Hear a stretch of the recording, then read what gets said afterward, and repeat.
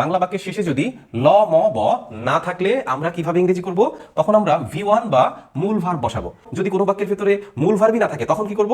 তখন আমরা সাহায্যকারী ভার্ব বসাবো। সেটা কোনগুলো? সেটা হচ্ছে am, is, are, এই তিনটার যে কোনো একটা। আমি স্কুলে যাই, এখানে শেষে আছে অন্তস্থ, অর্থাৎ শেষে ল ম ব এই তিনটার কোনোটাই নাই, এখানে ল ম ব কোনোটাই নাই। তাই আমরা কি করব? যাওয়ার ইংরেজি গো, গোটা হচ্ছে V1, তাই আমাকে কি করতে হবে? যাইয়ের জন্য V1 বসাতে হবে, গো বসাতে হবে। আমির ইংরেজি আই, আইয়ের পরে আমরা যাওয়ার ইংরেজিটা দিব, যাওয়ার ইংরেজিটা গো, এটা হচ্ছে V1।